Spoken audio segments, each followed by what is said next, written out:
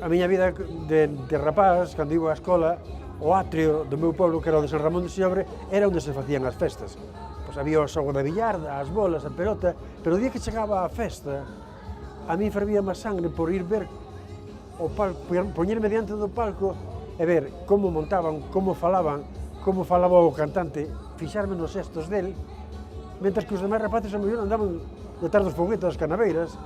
Pois a mí eso xa me queda marcado, non?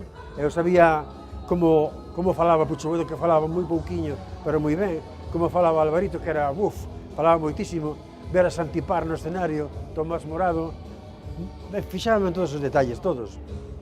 E queda gratificante, porque ao mellor, que nunca o dixen, pero ao mellor a influencia é que cando se facían as festas, meu pai tiña 14 irmãos, non viñan todos á festa, pero viña moita xente.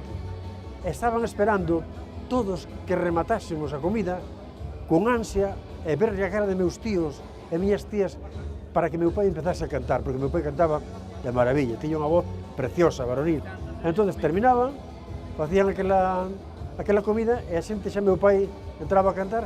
Entón, a miña satisfacción é dicir, bueno, estou mirando para meus tíos con que admiración o miran, eu como admiraba o meu pai, pero ao mesmo tempo como a mí me gustaría ser meu pai cantando.